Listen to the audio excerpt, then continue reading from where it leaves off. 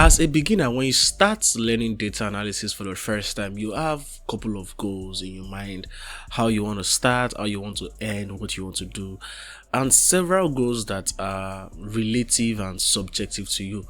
But one of the general goals that I think all data analysts, beginner data analysts have in common is that they want to become a very good data analyst, and at the same time they want to do it as fast as possible.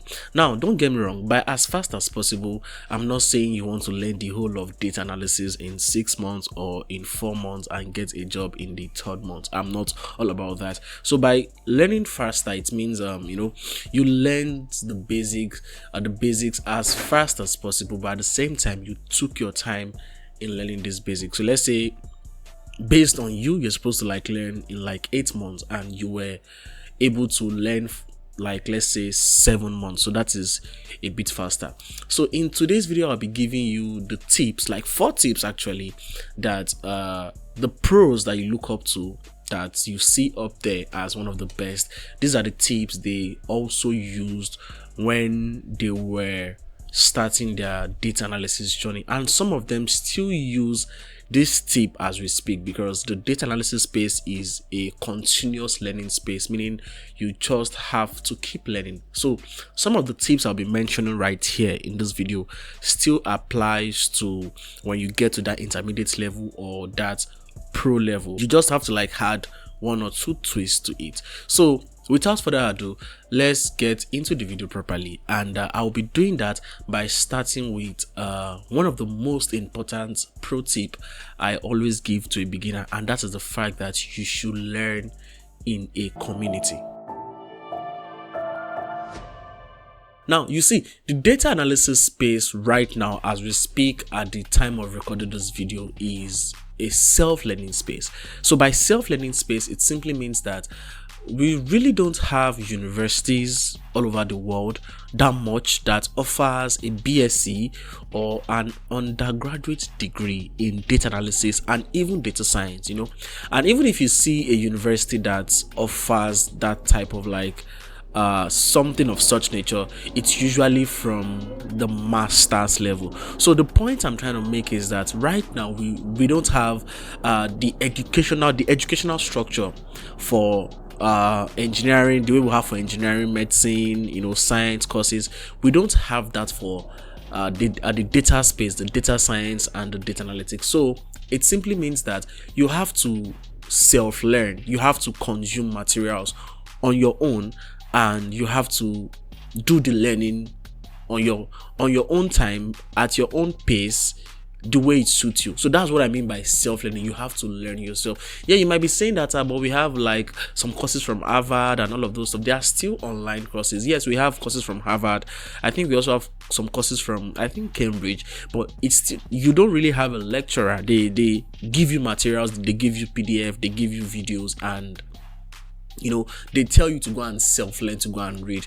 So now there's one thing about data analysis. If you are learning alone, if you are just doing your thing alone and you kickstart, the first 2-3 weeks or the first few months, you have the energy, you have the ginger, you are working hard, you're consuming the materials and all. But as time goes on, you get tired because you are all doing this alone, and that is where learning in community comes inside. You see, when you learn in communities, when you learn around people that are like minds like you tend to, number one, feel challenged, because you are learning at a pace of, let's say, 3 modules in a week, and you are going to be looking at somebody that is learning 10 modules in an hour. So you will pick up your pace. So there is this healthy competition when you learn in communities. When you see that someone that you guys started together, and the person is already working on projects, the person is already using SQL, and you are still working with Excel. I'm not saying you should compare yourself, but when you see that someone you started with is picking up the pace and is imputing more energy than you also pick up and be like, oh really, I can do this, and you work like that, and then you won't get tired because once you feel like getting tired, you are among people, you will talk, you will discuss, you will vent out the frustration in quotes. Unlike if you are doing this alone, you have no one to like vent the whole frustration that comes with learning, self-learning. You have no one to like talk to. But when you have a community around you, a supportive community, you can vent your frustration to people and tell them how you feel, and you will get comfort. So that is one advantage of learning in communities. Another advantage of learning in communities is that you can ask questions. So if you are self-learning and you probably get stuck in probably one of these technique in Excel, you have to still go back to YouTube and watch videos. And even if you go back to YouTube and watch videos, you might still not get that answer. Nothing beats human to human interaction, where you have a problem and there is this community, this set of people around you that you can just talk to or hit up on the call and explain yourself, express yourself, and they give you answers. So when you self-learn, when you learn alone, you will not have that opportunity, okay? But when you learn in the community, in the midst of people like minds like you can ask questions. You can be like, oh, I'm lost on this technique, I've watched the videos, I'm still not getting it, what do you think? And they'd be like, oh, you know what, do it this way, do it that way, and before you know, the problem is solved. And by the way, some communities are very structured in the sense that they go as far as organizing weekly projects for beginners and sharing them into groups and letting them work together. That way they build this sort of like bond between the members of the community, and they also even do correction of projects, meaning, oh, so by the end of this week you're going to be submitting this project and all of those stuff. So the first pro tip is to learn in community. It makes you connect with like minds, it makes you learn faster, and it also makes you ask the right questions. So there are a lot of communities out there that you can join. Depends on where they come from. We have some on Twitter, we have some on WhatsApp, we have some on Telegram, we have some on Facebook, we have some on Discord. They're like well structured communities. I'm on a couple of them, and I can actually see if I would think about it and probably get back to you guys on probably if my community leader wants me to like share the link to my my community. It's actually something that it's very, very nice. So try and learn in a community. It makes your data analysis learning both easier and significantly faster. Now, the second pro tip, which is something like the professionals in the game still use right now, is to work on projects. I can't emphasize this enough. When you start learning how to use Excel, how to use SQL, how to use Power BI, and all of these tools that we have in the data space in general, you have to show people, you have to show employers or potential employers, or let people know that you know what you are doing. Provide evidence. Like they used to say in my country, show workings, okay? It's not about just making mouth and saying you can use Excel, you can use Power BI. What is that proof that you can actually use those things? And that is where project and building portfolios comes inside. Now, if you want to work on projects, let me give you a very good advice. We have some very good, I won't say very good rather, we have some very popular data sets. For example, in the machine learning community or the data science, they have this iris data set. Almost everybody has built a classification model on this iris data. You just don't work on any random project. I want you to work on projects that solves problem. The Superstore dataset is a popular dataset that you can actually kickstart with. In fact, I analyzed that dataset I think a few months ago, around September or so. I really can't remember. And I analyzed that dataset from a statistics standpoint. Now that's a project that I put out on Twitter, and I took my time to work on it. I made a thread and all of those stuff. You can get data from Kaggle and some of these communities that you are on and work on this project. Then you make sure that you are not just doing these projects for projects doing sake, but you are doing these projects to solve the problem that the project itself has. Now, one of the ways to work on projects that solve problem is to collect data from people that are, I think I would say, small business. Okay, so I have a friend that sells shoes. Okay, She sells several types of shoes. Then I asked her, I met her and told her, you know what, I want to collect business data from you, and I want to analyze your business data and give you a report that can help in aiding your business. So now there is a give and take situation here, and I told her that if I perform this analysis, I will give you a report, I will give you a dashboard, I will present my report to you, but in return of you not paying me for my service, I would be posting this analysis, this report on my Twitter, on my Medium, on my portfolio, on GitHub, in general. And she was like, yeah, she's good with it. And we started collecting data regarding that project. You can do something like that. You can approach people that are closer to you, and if you feel like you want to do it on a bigger scale, you can meet a retailer that sells probably essentials in your street, in your area, and just talk to them that, oh hi, I'm a beginner data analyst, I'm learning blah blah blah, I'm learning this, I currently know how to use Excel and SQL and blah blah blah, and I want to collect data regarding your data, regarding your business. Just explain what you do and tell them the importance of business intelligence to them, and tell them that you want to do this, but you want to like post the report. They'll be so happy to make you collect their data. That way you are working on projects that solve actual problems. Now when you now work on this project, it's time to put it out there to let people know that you've worked on the project. And we have a Medium now. Yes, you can open a Medium account and make a post about your project, explain it, talk about all of the descriptive analysis that you made, the EDA you made, the predictive models that you built, and everything about your model. So that is another thing you need to pay attention to. You need to know how to like communicate your skill, your analysis to people. So that means your writing skills and probably your speaking skills comes into the picture. So once you do this and you do 1, 2, 3 projects, people will, and you make sure that you share this link to people. Obviously, you can't just do projects like put it on Medium or make a Twitter thread about it and just stop talking about it. Obviously, like you have to like let people know that, oh, I just made this report, they don't like see it.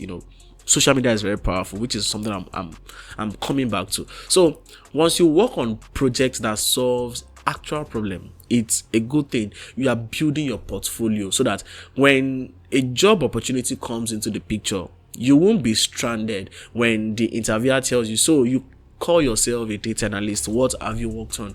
You will have something to like fall back on and tell them, oh, I actually work on my friend's business data or this retailer business data. I was able to generate this report and this and that.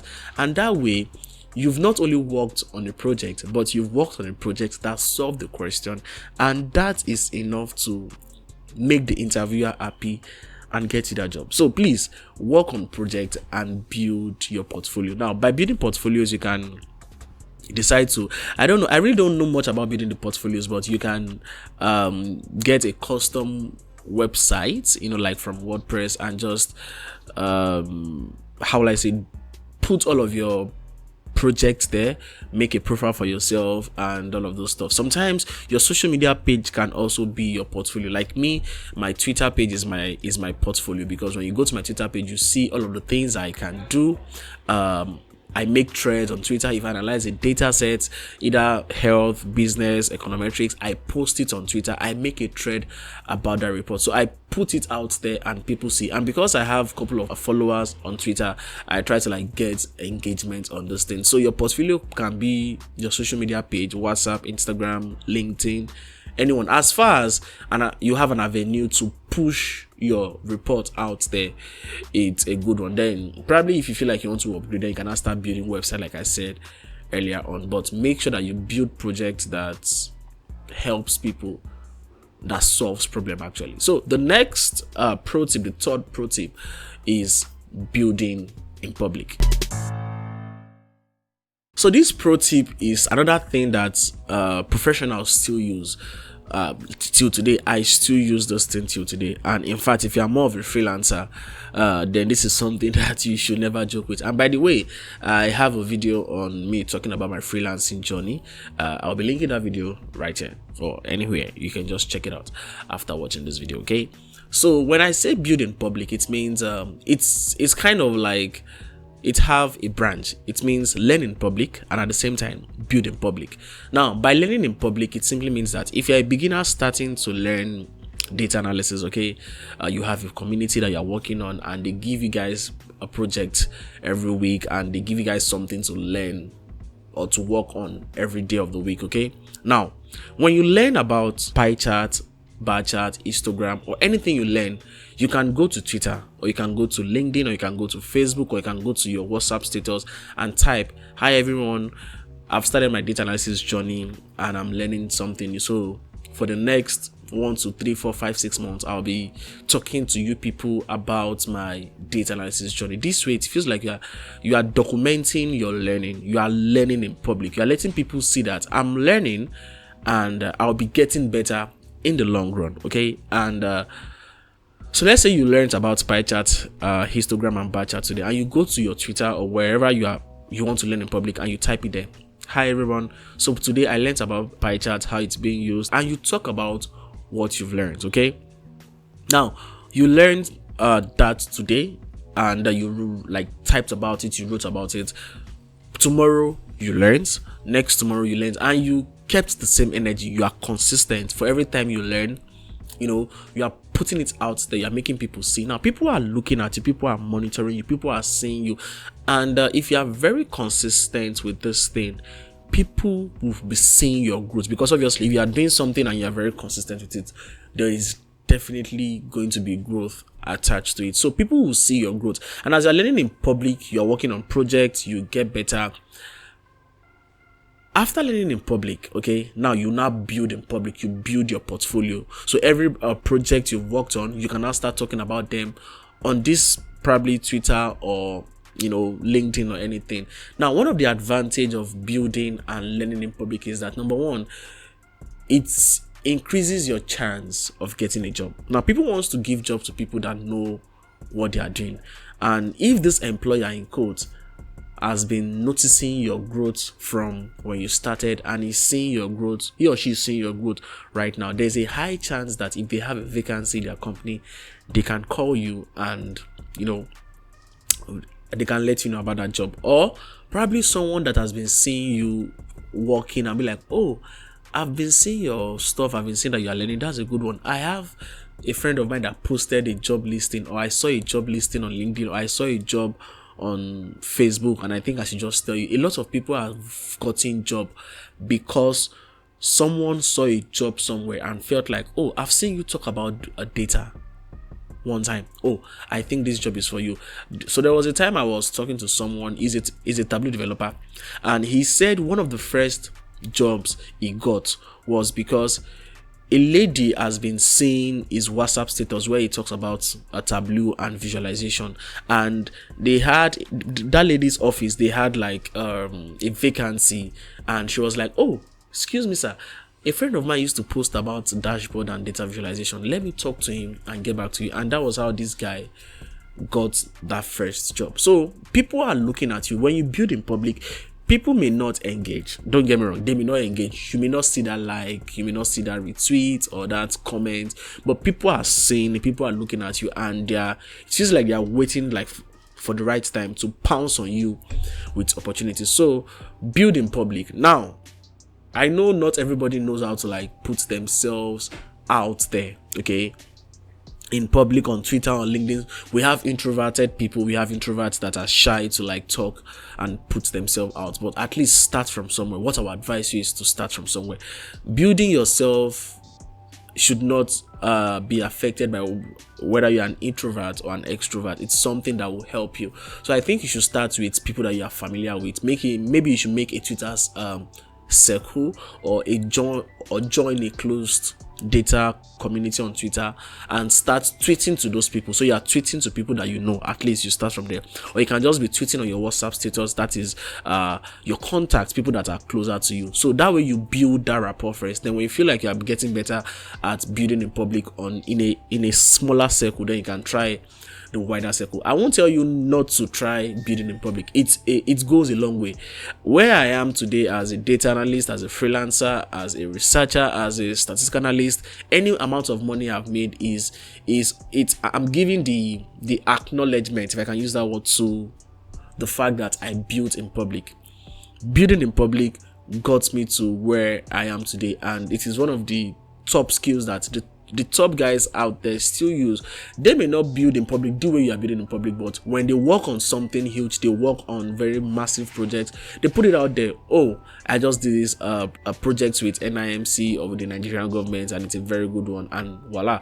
That thing they just did right there is that they are trying to let future employers, or employees rather, employers yeah know that, hey, I can do this, so in case you have a job opening somewhere, I'm available for that. So you see, so we are all building in public, we still build in public, and we will keep building in public. So as a beginner, this is a pro tip that you should pay attention to. Now, the fourth pro tip I'll be talking about is to help others, and this is a pro tip that, as far as you're in the data space, you have to just help others. Now, I've been a tutor for the past 10 years. I have a 10 years, at least, still counting, experience when it comes to teaching people and tutoring people. And there is one beautiful thing about tutoring or teaching people. You tend to learn as you teach. When you share your knowledge with people, you get to know a lot better. And I'm not even capping right here, because before you can teach someone something, or before you can teach a set of people something, you need to be good at it yourself.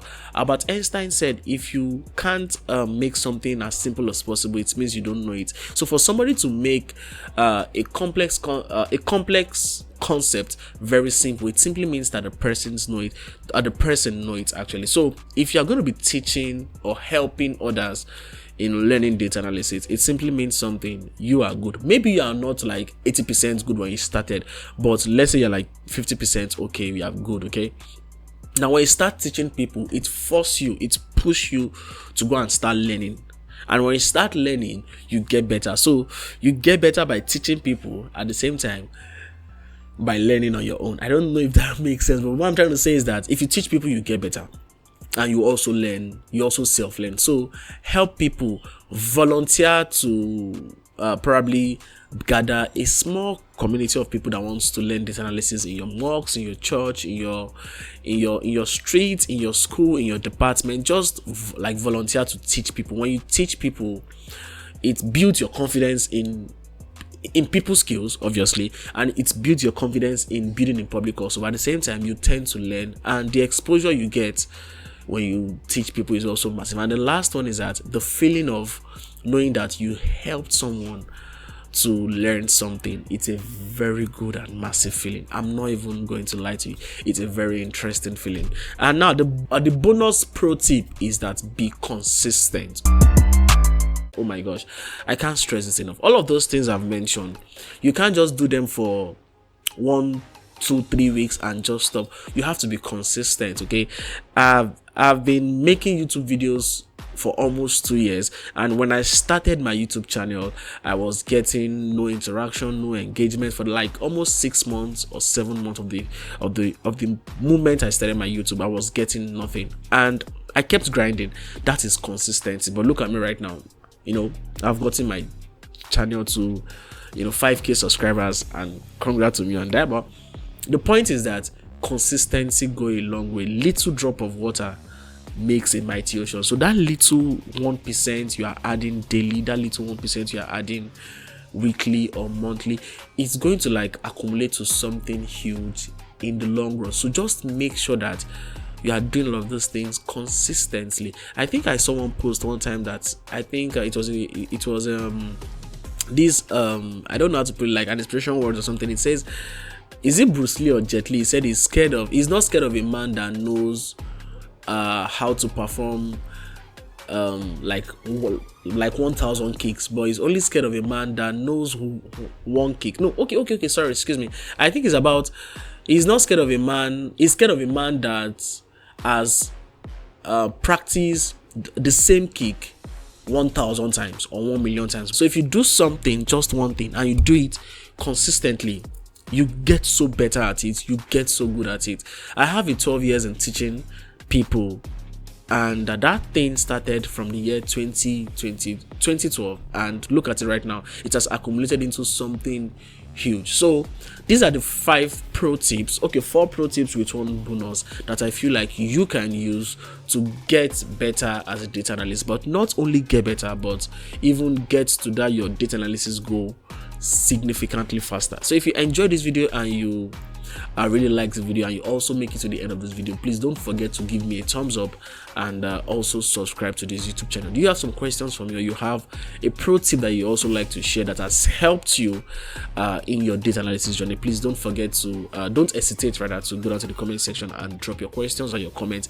I would be willing and be ready to answer all of them and talk to you. Thanks for making it to the end of this video. Do you need a statistics playlist that can help you build the statistics knowledge and skills that is required for your data analysis journey? I have a playlist right here for you that can help you out. You can check it out. And do you want to know the misconceptions that we have in the data analysis space? I also have a video right here for you.